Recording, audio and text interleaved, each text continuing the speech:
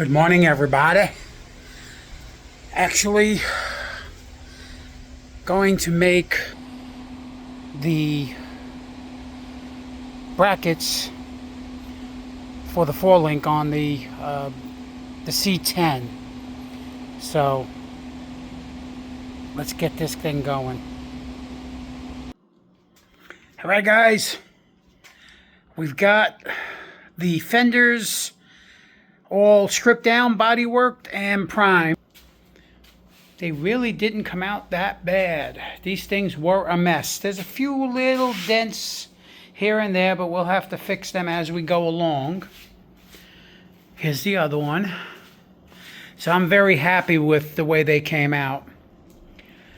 Now, we have to pretty much search around for our Bondo. I know we put it somewhere, but thing is trying to figure out where. Anyway, like and subscribe, guys. We will see you tomorrow.